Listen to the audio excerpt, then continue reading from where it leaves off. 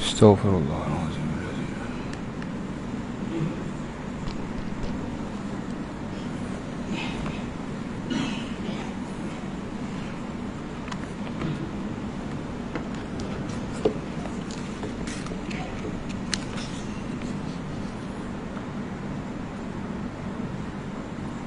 أعوذ بالله من الشيطان الرجيم.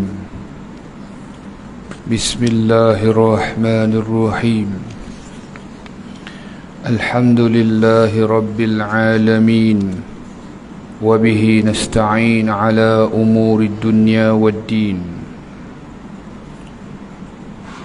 اللهم صل على سيدنا محمد الفاتح لما أغلق والخاتم لما سبق، ناصر الحق بالحق والهادي إلى صراطك المستقيم، وعلى آله وصحبه حق قدره ومقداره العظيم. سبحانك لا علم لنا إلا ما علمتنا إنك أنت العليم الحكيم. قال رب اشرح لي صدري ويسر لي أمري واحلل عقدة من لساني يفقه قولي، ولا حول ولا قوة إلا بالله العلي العظيم. ولا حول ولا قوة إلا بالله العلي العظيم. بمئة ألف ألف ألف لا حول ولا قوة إلا بالله العلي العظيم. نوينا تعلم وتعليم وتذكر والتذكير والإفادة والاستفادة والحث على التمسك بكتاب الله وبسنة رسول الله صلى الله عليه وسلم، والدعاء إلى الهدى والدلالة على الخير ابتغاء وجه الله ومرضاته وقربه وثوابه. آمين اللهم آمين. عما بعد، السلام عليكم ورحمة الله تعالى وبركاته.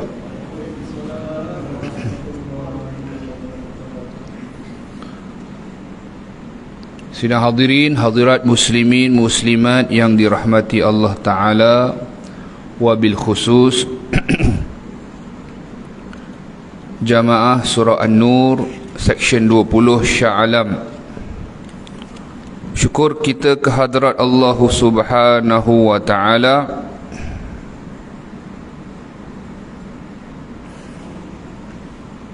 dengan izin Allah Subhanahu wa Ta'ala kita dapat sama-sama berkumpul pada pagi ini, alhamdulillah,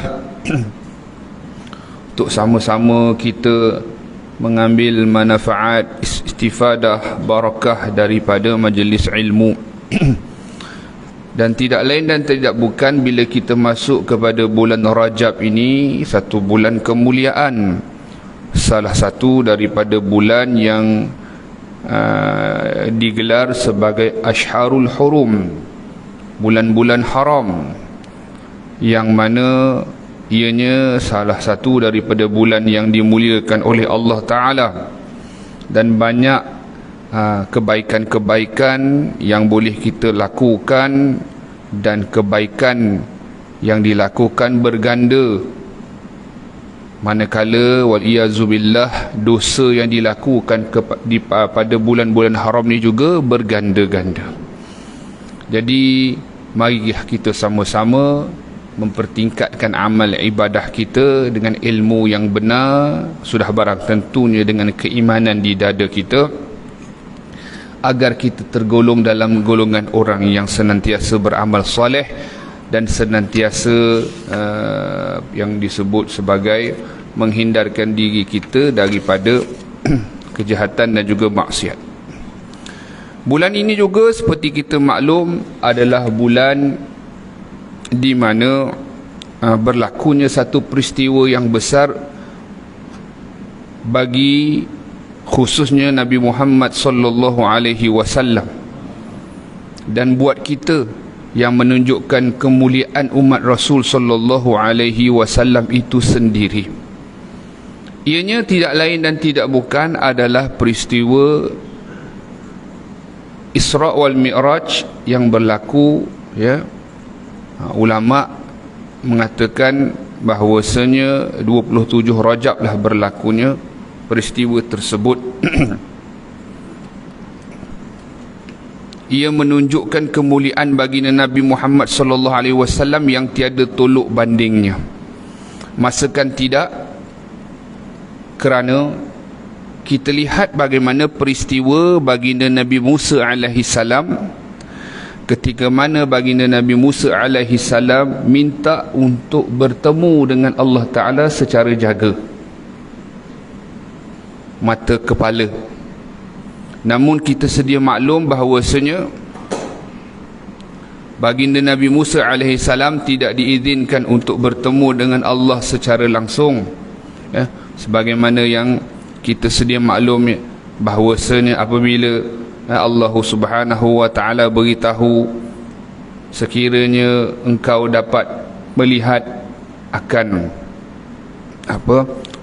gunung yang di hadapanmu itu, yang mana kita, ya, di dalam Al-Quran dan juga dalam tafsir menyebutkan gunung itu hancur lebur kerana kekuasaan Allah Subhanahu wa taala. Jatuh pingsan baginda Nabi Musa alaihi salam.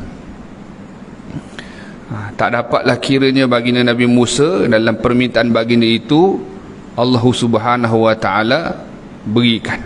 Namun untuk baginda Nabi sallallahu alaihi wasallam, bukan sahaja baginda Nabi sallallahu alaihi wasallam bukan yang meminta, tetapi baginda Nabi yang dijemput oleh Allah Subhanahu wa taala.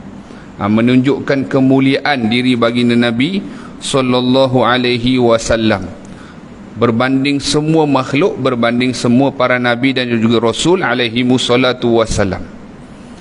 Peristiwa yang berlaku kepada Nabi Musa di Bukit Turu Sina, yang mana baginda Nabi diizinkan oleh Allah Subhanahu wa taala untuk mendengar kalam Allah yang sedia ada. Jadi yang paling tepat, ya, bila kita sebut, ya, bila memperihalkan tentang peristiwa Nabi Musa tu, bukan Nabi Musa berbual-bual, berinteraksi, itu tidak, ya. Baginda Nabi Musa disingkapkan hijab oleh Allah Ta'ala, dapatlah kiranya Nabi Musa AS mendengar kalam Allah yang sedia ada. Jadi penting ni untuk kita faham. Sebab baru ni kalau kita dekat Facebook ke, dekat mana ke, radio ke, ada baru ni ada satu penceramah tu, kalau sebut lelaki perempuan orang kenal lah, susah lah. Tapi masalahnya susah bila dia sebut tengah dia sembang-sembang, cerita-cerita, dia kata nanti dapatlah kita mendengar suara Allah. Ustazah lah, senang cerita lah, habis cerita. Jadi pening tak kepala manusia kalau dia tidak faham perkara ini, dia tidak belajar ilmu, iaitu ilmu sifat 20, khusus di dalam bab sifat kalam Allah Ta'ala yang tidak berhuruf, yang tidak bersuara, yang tidak berbahasa. Jadi ada perbahasan dia dalam bab sifat 20 ni. Kalam, ada kalam nafsi, ada kalam nafsani, yang lain tu yang merujuk kepada makhluk dia berbeza. Jadi begitu. Sebab itu bila kita faham hakikat daripada kalam Allah seumpama Al-Quran, ya, asal muasalnya seperti yang kita sepatutnya faham, iaitu tidak bersuara, tidak berhuruf, ya, tidak berbahasa, namun diturunkan ke Lauh Mahfuz, kemudian ke Baitul Izzah secara satu, di dalam bahasa Arab, supaya manusia dapat memahaminya. Nampak? Kita yang dapat memahaminya hakikatnya, ya, bukanlah seperti yang kita ataupun bukanlah seperti yang difahami oleh sesetengah golongan. Kerana perlu kita faham ni menurut kacamata ahli sunnah wal jamaah. Begitu juga salah faham kalau sesetengah golongan yang beranggapan apabila peristiwa Isra wal Mi'raj itu menandakan bahawasanya Tuhan itu berada di suatu tempat, di langit, di arash dan sebagainya. Sedangkan apabila kita belajar di dalam ilmu pengajian tauhid akidah ahli sunnah wal jamaah, ada 4 soalan ataupun 4 perkara yang haram ditanya, usah ditanya, jangan ditanya mengenai Allah. Nombor 1, bagaimana? Kaifa. Nombor 2, aina, di mana? Nombor 3, mata, bila? Nombor 4, kam, berapa? 4 soalan tu, ya, tak selayaknya, bahkan haram ditanya untuk Allah Subhanahu wa taala, kerana ianya bukan, ya, ia tidak merujuk kepada Allah taala. 4 soalan ini hanya boleh dinisbahkan kepada makhluk sahaja. Bagaimana untuk Allah, ataupun bagaimana Allah, di mana Allah, berapa dan juga bila, itu semua haram ditanya kerana penisbahan ia adalah nisbah kepada makhluk, kerana ia merujuk kepada sifat kepada makhluk. Kalau ulama tauhid bagi definisi dia, iaitu arad, sifat kepada benda. Tu. Jadi bagaimana jawapan para ahli sunnah wal jamaah tadi kait dengan yang kita sebut peristiwa Nabi Musa tadi alaihi salam, peristiwa Nabi Musa tadi. Jadi ulama ahli sunnah wal jamaah menjawab sebagaimana baginda Nabi Musa alaihi salam dimuliakan Allah taala, ya, dengan tersingkapnya hijab, dibukakan hijab, dapatlah kiranya baginda Nabi Musa alaihi salam mendengar kalam Allah yang sedia ada di Bukit Tur Sina di dunia. Kan Nabi Musa bermunajat 30 hari, kemudian tambah 10 hari menjadi 40 hari. Sebagaimana kemuliaan tersebut dikurniakan kepada baginda Nabi Musa alaihi salam, sebagaimana itulah bahkan lebih lagi baginda Nabi Muhammad sallallahu alaihi wasallam dikurniakan kelebihan yang tiada tolok bandingnya oleh Allah taala dengan peristiwa Isra wal Mi'raj, diperjalankan malam daripada Masjidil Haram kepada Masjidil Aqsa, kemudian hingga ke langit ketujuh, hingga ke Sidratul Muntaha di bawah arasy Allah Subhanahu wa taala. Baginda bermunajat. Tuan-tuan dan puan-puan, ibu ayah kena ingat keyword dia, kata kunci dia. Apa dia kata kunci dia? Bermunajat kepada Allah. Bukan Allah di situ bang. Allah tak bertempat bang. Yang bertempat ni kita. Abang tadi kat luar, kan abang duduk sini, tu mana bertempat? Saya pula duduk sini. Member kita duduk sini, Haji duduk situ, standard tempat kita. Gitu. So tu nama bertempat. Jadi peristiwa tersebut menunjukkan Allah memuliakan baginda Nabi SAW berbanding seluruh makhluk, dengan ditempatkan tempat yang tertinggi, ya. Dan baginda bermunajat di situ. Di mana? Di situ. Faham ya? Sehinggalah Allah menyingkapkan hijab, Allah buka hijab, baginda Nabi Muhammad sallallahu alaihi wasallam bukan saja dapat mendengar kalam Allah yang sedia ada. Ada satu soalan mungkin yang ulama tauhid dah jawab sebenarnya. Bagaimana ada kalam yang dikatakan kalam kalau tak ada huruf, kalau tak ada bahasa, kalau tidak ada suara? Kadang-kadang kita tertanya kan, question mark, ada big question mark tu, kita tertanya-tanya. Kan? Mesti pasti kita, sebab tu kita nak bezakan diri kita ahli sunnah wal jamaah dengan Mu'tazilah. Kerana Mu'tazilah dia kata kalam Allah tu makhluk. Tu. Mesti ada suara, mesti ada bunyi begini-begini. Jadi macam mana nak jawab? Sebenarnya jawapan ini bukan nak samakan Allah Ta'ala dengan makhluk, tapi nak bagi kita boleh faham. Apa dia? Boleh faham. Bahasa hati kita hakikatnya ada suara tak? Kalaulah boleh dengar, ada tulisan tak? Macam ni, perhatian, beri laluan azan isyak. Saya tengok isyak ni, kalau orang tadi subuh dia niat tapi dia lafaz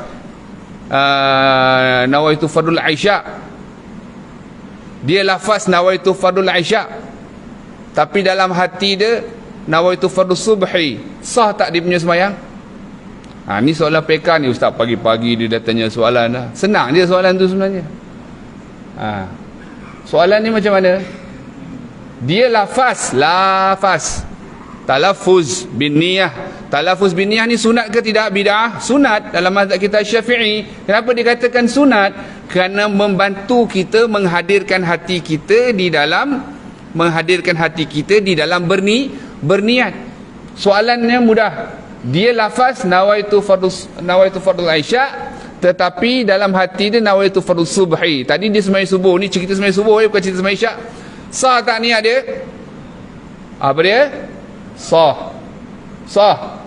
Tapi kalau dia niat nawaitu fardhu subhi, niat tu dia lafazkan, tetapi dalam hati dia fardhu Isyak, sah tak? Tak sah. Sebab tempat niat tu di hati. Sepatutnya niat tersebut yang dia lafazkan membantu dia menghadirkan hati dia, bukan sebaliknya. Tapi biasa kita manusia, cuma nak beritahu hukum saja. Boleh faham Jadi kalau kita tersilap tergeliat lidah kita pun, dalam hati tu subuh ya subuh, satgi zuhur ya zuhur, satgi asar dia asar, maghrib dan juga isyak dia pada waktunya. Baik. Kadang-kadang orang tak faham kan, kata macam mana ni kan, tadi aku dengar isyak kan, kenapa pula ni? Janji dalam hati dia subuh. Selesai. Baik. Tadi kembali kita sebutkan tadi, iaitu hikmah dia tadi, sebagaimana yang kemuliaan yang dikurniakan Nabi Musa AS itu, lebih lagi lah kurniaan yang dikurniakan kepada baginda Nabi Muhammad sallallahu alaihi wasallam, hingga baginda ditempatkan tempat yang tertinggi dan termulia. Bermunajatlah baginda Nabi di situ sallallahu alaihi wasallam, sehingga Allah menyingkapkan hijab, dapatlah baginda Nabi melihat Allah Taala dalam keadaan yakazatan, secara jaga. Di situ.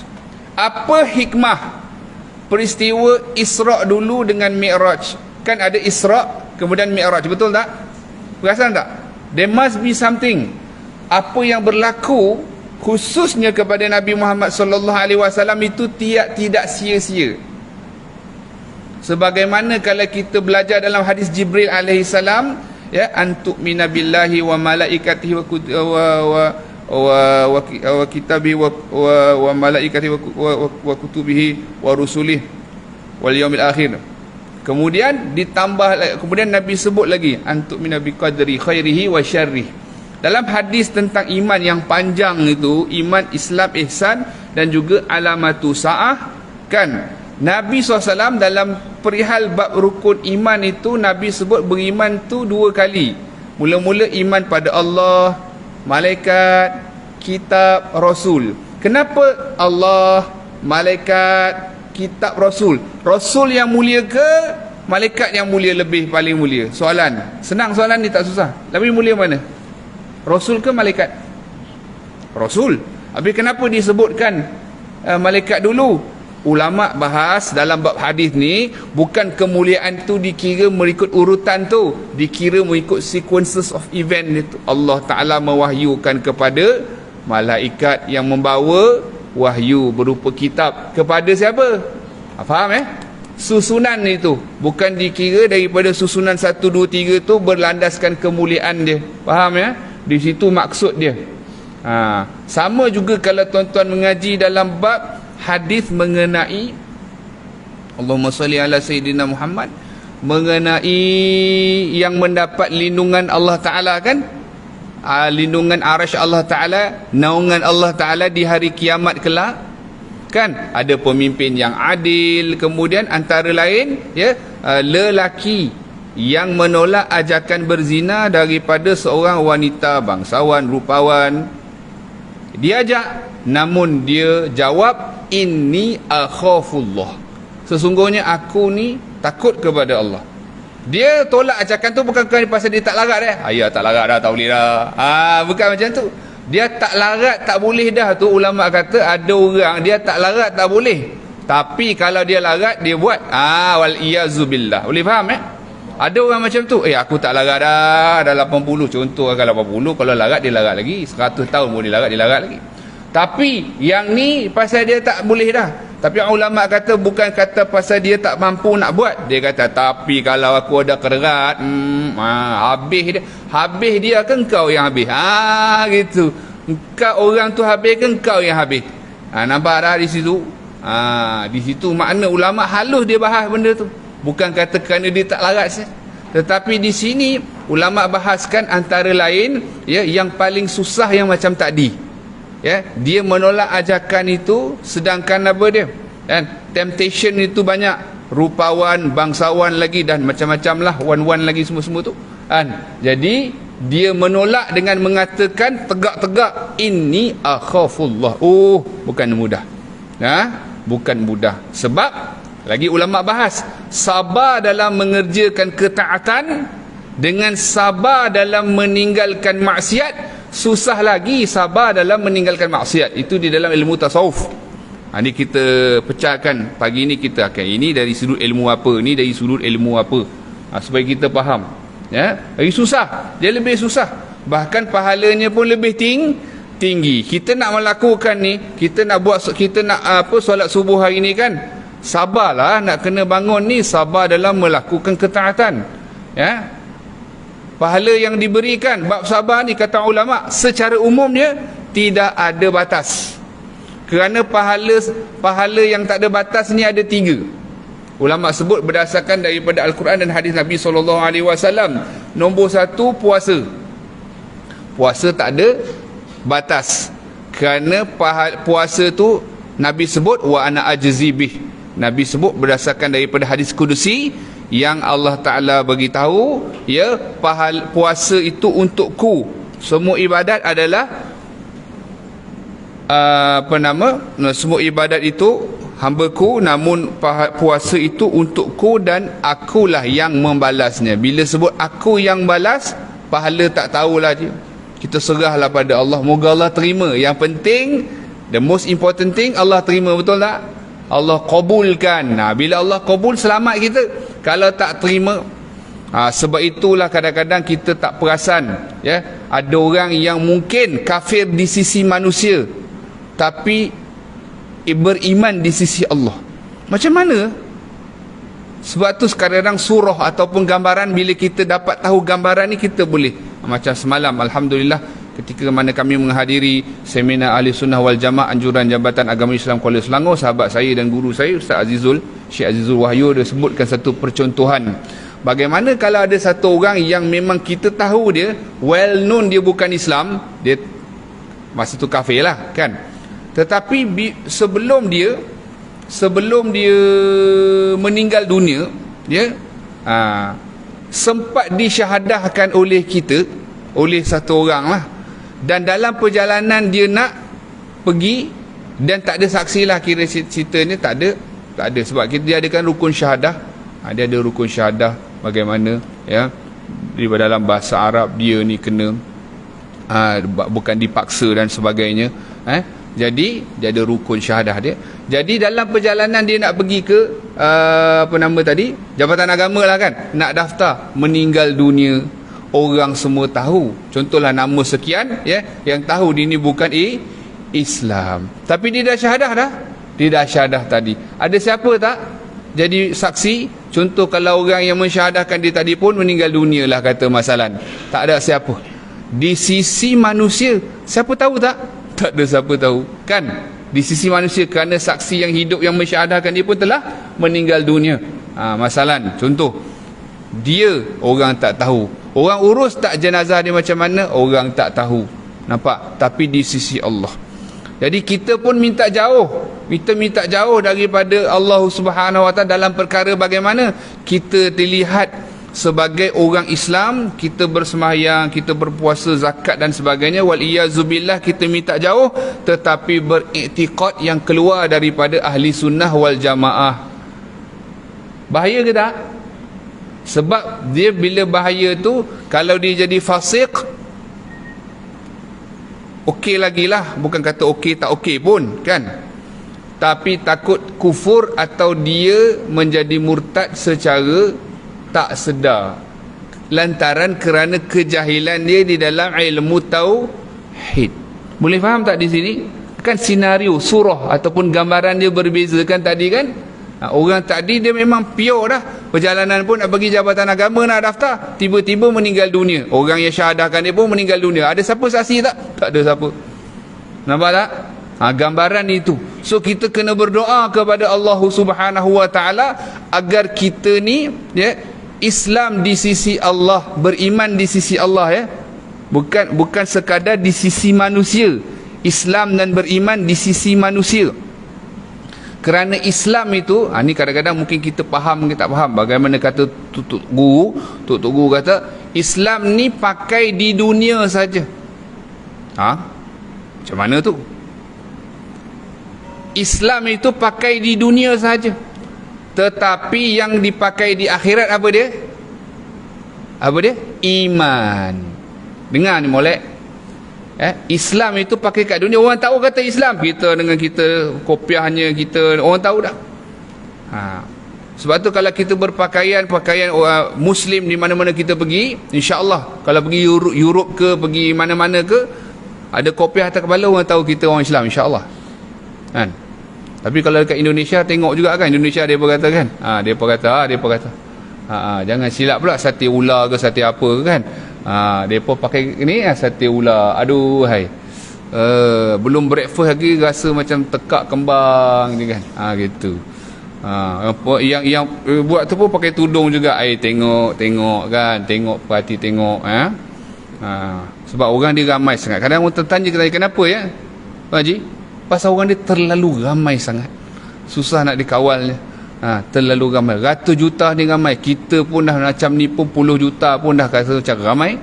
Tambah lagi yang ada berapa sejuta yang tak balik daripada China apa semua tu kan. Dan banyak macam mana kan, kita tak tahu mana-mana hal lagi. Gini tak tahu. Begitu.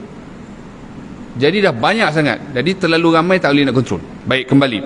Allahumma salli ala sayyidina Muhammad. Tadi kita sebutkan, jadi peristiwa tadi tersebut menunjukkan kemuliaan Rasulullah sallallahu alaihi wasallam secara mutlak. Dan tadi soalan yang saya tanya tadi, ya, kenapa Isra dulu baru Mi'raj? Jawapan dia, ini jawapan ulama bukan jawapan kita. Jawapan ulama, kerana tahap iman manusia ni bang berbeza-beza. Kenapa? Kalau terus cerita kepada pasal Mi'raj ni, lagi orang tak percaya. Faham Lagi orang tak percaya. Kafir Quraisy memanglah. Jadi peristiwa perjalanan malam tu daripada Masjidil Haram kepada Masjidil Aqsa, dan baginda Nabi tahu secara detail apa yang berlaku perjalanan itu, Nabi ingat satu persatu hingga hikmahnya disebutkan dalam sirah. Kan sebelum baginda Nabi kembali ke Makkah itu, baginda bertemu dengan rombongan yang nak balik ke Makkah.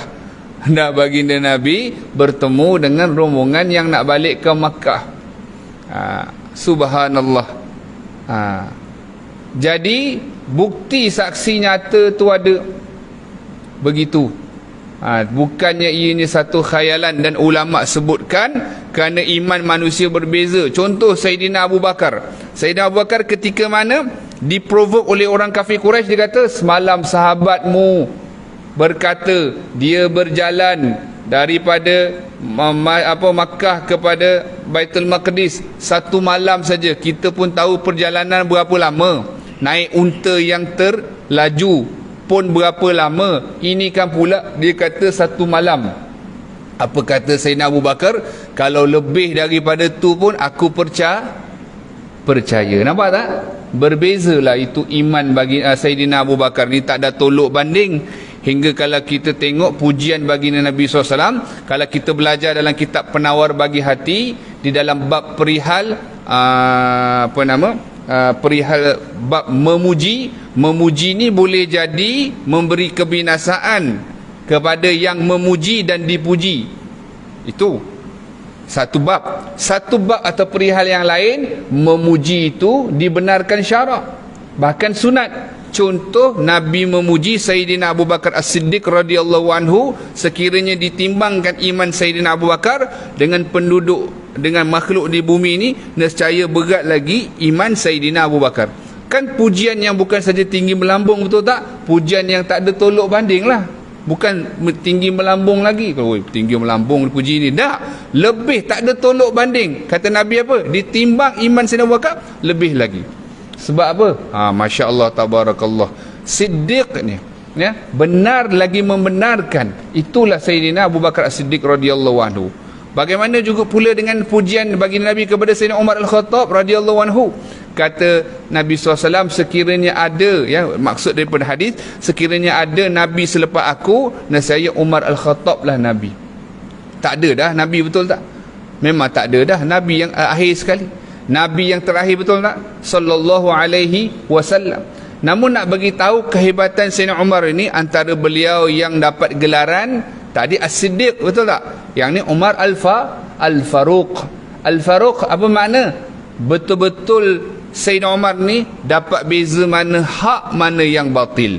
Reti sungguh benda yang betul, benda yang salah. Itu kelebihan, ya, mata hati, percaman, ya, firasat, ya, penaklukan Sayyidina Umar Al-Khattab radhiyallahu anhu dalam semua perkara. Di sini mendapat pujian langsung daripada junjungan besar baginda Nabi Muhammad sallallahu alaihi wasallam. Dalam peristiwa Isra wal Mi'raj ini, saya petik daripada kitab Al-Anwarul Bahiyah min Isra wal Mi'raji Khairil Bariyah,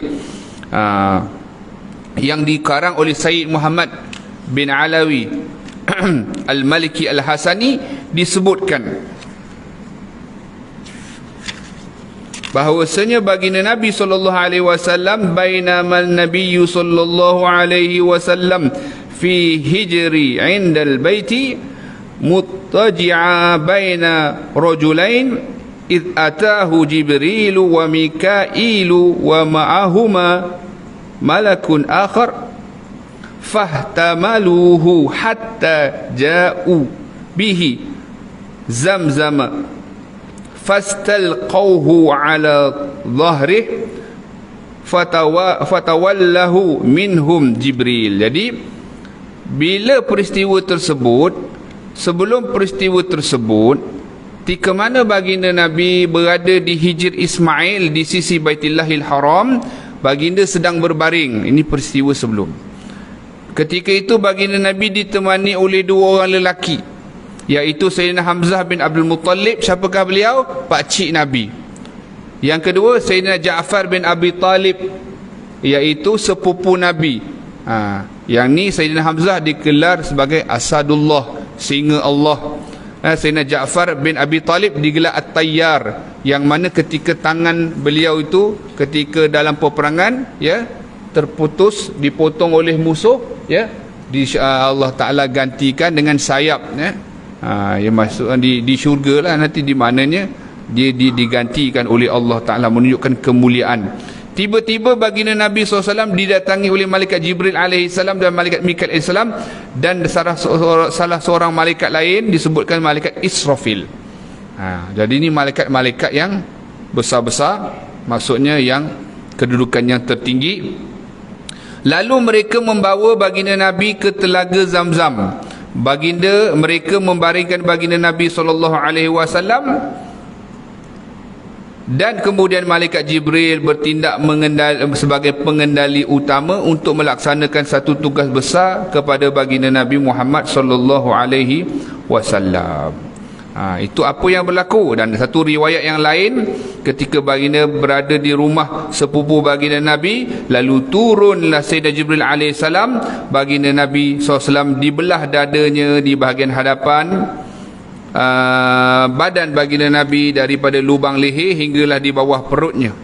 Kemudian baginda Nabi, kemudian malaikat Jibril alaihissalam berkata kepada malaikat Mikail, bawalah kepadaku setalam air Zamzam supaya aku dapat membersihkan hatinya dan melapangkan dadanya. Lalu dikeluarkan hati baginda Nabi dan dibersihkan, disucikan sebanyak 3 kali. Dihilangkan segala penyakit hati, yang ini tempat bersarangnya penyakit hati yang biasa ada di dalam diri manusia.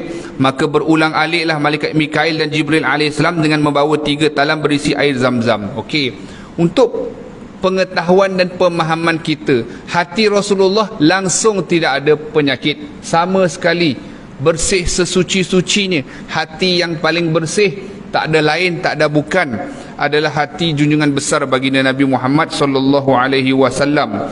Ya, justru untuk pemahaman dan untuk pengetahuan kita, sebenar-benarnya hati baginda Nabi SAW tidak kotor, lagi tidak berpenyakit seperti kotornya dan sakitnya hati manusia dengan sifat yang tercela. Langsung tak ada tu Nabi. Tapi apa tujuan pembersihan? Ini kita faham dia punya hikmah dia. Pembersihan hati Nabi itu untuk menambahkan lagi kebersihan hati Rasulullah SAW. Apa jawapan dia tadi? Ulama sebut menambahkan lagi pembersihan, menambahkan lagi kebersihan, kesucian hati Nabi sallallahu alaihi wa ala alihi wasallam agar senantiasa bersinar, dan juga sebagai peringatan kepada kita umat baginda Nabi Muhammad sallallahu alaihi wasallam agar kita ni senantiasa membersihkan, menyucikan hati-hati kita daripada sifat-sifat yang tercela dan menghidupkannya dengan sifat-sifat yang terpuji. Nampak tak? Jadi bila kita faham di situ, dan ada satu riwayat yang lain disebutkan di dalam kitab Said Muhammad Alawi Al-Malki Al-Hasani ni juga disebutkan bahawasanya bahagian yang dibuang daripada hati baginda Nabi itu bukan bahagian yang kotor, makna kita fahami yang tadi telah kita jelaskan, ya, telah kita jelaskan tadi, kerana nak bersihkan lagi hati Nabi yang sudah sedia suci, tak ada tolok bandingnya. Namun ada yang disebutkan oleh Said Muhammad Alawi Al-Malki bahawa yang dibuang itu adalah bahagian rahmat untuk syaitan itu sendiri. Kerana dalilnya kalau kita baca dalam Al-Quran, Allah berfirman, wa ma arsalnaka illa rahmatan lil alamin. Kan al-alamin. Apa makna al-alamin? Dia jamak daripada perkataan alam. Al-alam bermakna ma siwallah. Alam ini selain daripada Allah Taala, termasuklah jin, syaitan, apa semua. Jadi ulama menyebutkan dan mengatakan sekiranya di akhirat kelak, ya, depa ni syaitan duk minta syafaat kepada Nabi, Allah dah cabutkan rahmat untuk diorang ni, tak ada lagi. Allah Maha mengetahui hakikatnya ilmu Allah. Kita dah mengaji dalam sifat 20, ilmu Allah bersifat wujudi, ada lagi sungguh, dan ilmu Allah tu adalah bersifat dengan qadim, yakni ia sedia ada. Allah tahu dah, Allah dah tahu, cuma nak bagi kita ambil pengajaran daripada peristiwa tersebut. Makanya, ya, tak bolehlah mereka nak dakwa untuk apa dia, untuk nak minta syafaat pertolongan, tak ada dah, kerana sudah dicabut bahagian rahmat untuk yang tadi. Hingga kan kita pun sebenarnya dikaburi oleh syaitan ni, bukan saja dikaburi macam ni saja. Dalam peristiwa Isra wal Mi'raj pun disebutkan baginda Nabi SAW nampak macam gerombolan asap dan sebagainya, ya, di langit dan sebagainya, kan. Baginda Nabi bertanya kepada Sayyidina Jibril AS, apa yang baginda nampak ni? Jadi ia disebutkan bahawasanya ia adalah gerombolan daripada syaitan yang menutupi langit itu untuk apa? Mengaburi mata manusia daripada melihat perkara-perkara yang ajib-ajib. Tak nampak kita tengok langit nampak awan je kan, kadang-kadang nampak bintang kan. Kalau malam, siang tak nampak lah kan. Kadang-kadang nampak bulan, itu saja yang kita nampak. Untung-untung ada tahi bintang, itu sajalah. Tapi kita tak nampak benda. Kalau tak terbuka hijab je, tak nampak. Sebabnya antaranya lapisan itu bukan lapisan stratosfera, benda apa semua, itu satu hal lah, ya, dilitupi oleh syaitan-syaitan yang kita dongak, kita tak nampak apa-apa selain apa yang kita nak nampak. Baik. Kemudian baginda Nabi SAW ketika mana dituangkan dengan air zam-zam itu, sebab itu tuan-tuan perasan, ya, air apa yang digunakan? Air zam-zam. Sebab itu bila disebut ataupun ditanya oleh kita dalam kitab-kitab fiqh, ditanya apakah air yang paling mulia? Jawabannya air zam-zam. Sedap pula kau dapat air zam-zam ni kan. Ada kan siapa-siapa boleh umrah? Gitu. Air yang paling mulia air Zam-Zam. Sebab apa jawapan dia? Jawapan dia sebab air itulah yang digunakan untuk mencuci hati yang paling suci lagi sempurna, iaitu hati Rasulullah sallallahu alaihi wasallam. Tentulah air tersebut air yang terbaik. Kalau tidak digunakan. Nampak ya? Lagi ulama bahas lagi. Justru ada tak? Okey, maknanya air ini lebih mulia daripada air Telaga Kausar? Ya, Telaga Kausar ini airnya asal dia asal air daripada Telaga Kausar ini adalah sumber dia daripada Sungai Al-Kausar di syurga. Mulia lagi air Zam-Zam yang ada. Boleh faham ya? Tapi ada tak air yang lebih mulia daripada air Zam-Zam? Ulama bahas ada. Apa dia? Air yang keluar dari jari jemari Rasulullah sallallahu alaihi wasallam, bang. Air yang keluar daripada jari jemari Rasulullah sallallahu alaihi wasallam dalam beberapa peristiwa para sahabat Nabi dapat minum air tersebut yang keluar daripada jari jemari Rasulullah sallallahu alaihi wasallam. Banyak peristiwa, bukan satu peristiwa saja, banyak peristiwa. Ianya lebih hebat daripada apa dia? Lebih hebat daripada peristiwa Nabi Musa alaihissalam memukul tongkatnya dan keluar air mata air daripada batu-batu, kan? Itu satu mukjizat. Tapi Nabi Muhammad SAW mencelup air pada satu bejana dan kemudian keluar daripada jari jemari. Jari jemari ni kan flesh and blood, tulang semua. Mana nak keluar air? Itu satu mukjizat. Sebaik-baik air, lebih baik daripada air Zam-Zam, lebih baik daripada air Telaga Kausar. Masya Allah, tabarakallah. Begitu yang disebutkan oleh para ulama mengenainya. Begitu juga kalau soalan, kalau orang tanya siapa lebih tampan,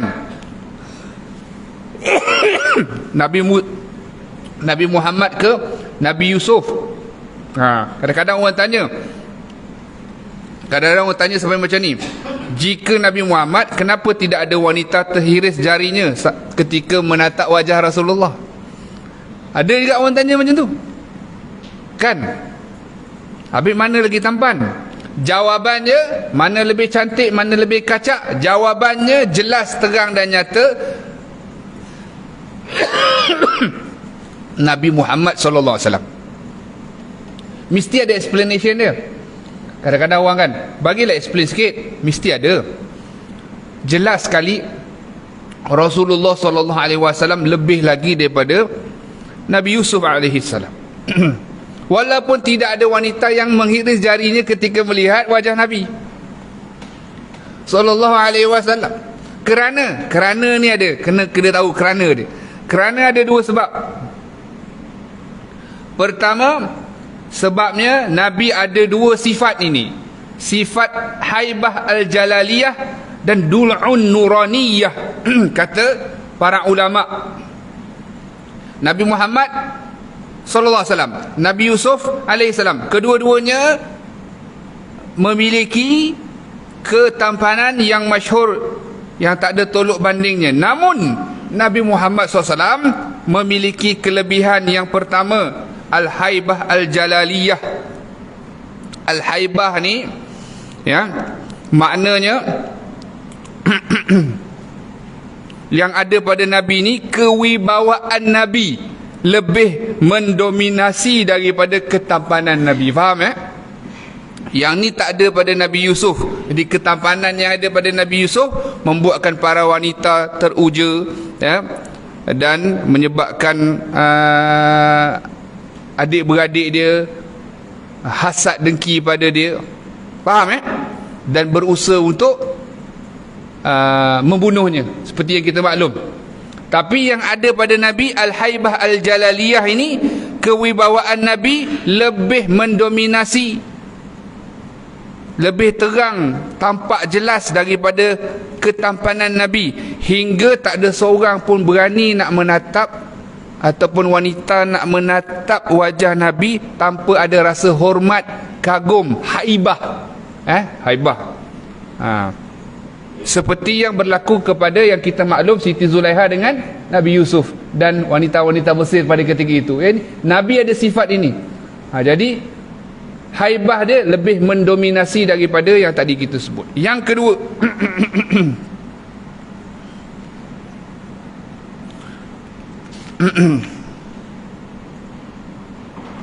Nabi juga memiliki yang tadi kita sebut, cahaya yang menerangi.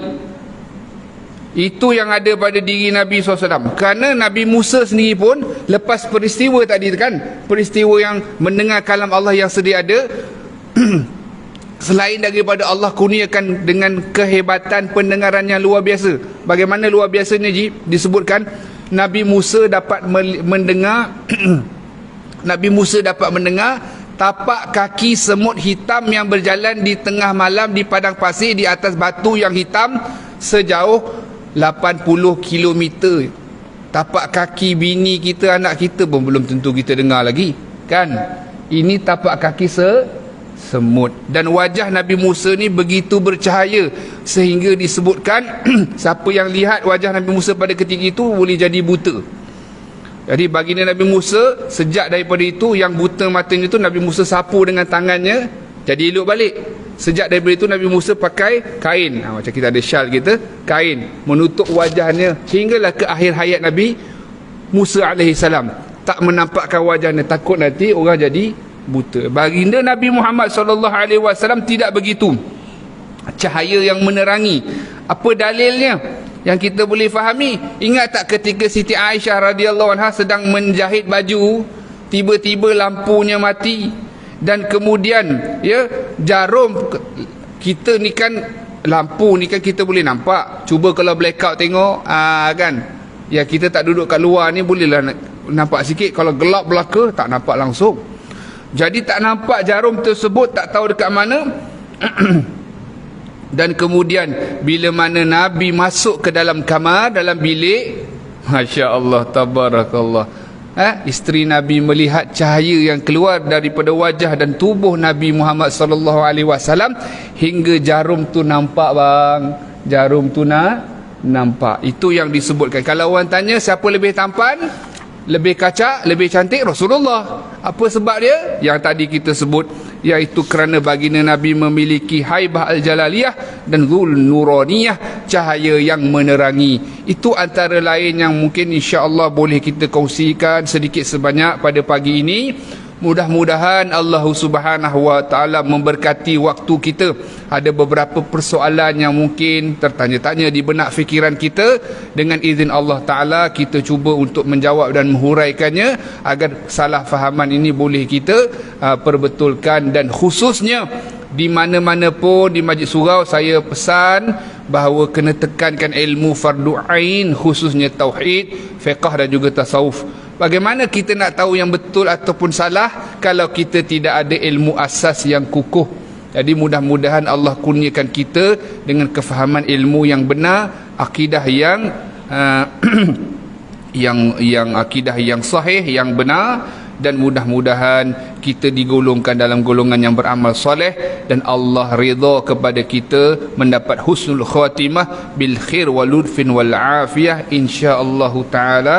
Mohon maaf segala salah dan silap tuan-tuan dan puan-puan yang dirahmati Allah. Jumpa lagi dengan izinnya. Wabillahi taufik wal hidayah. Wassalamualaikum warahmatullahi taala wabarakatuh. A'udzubillahi minasyaitonirrajim.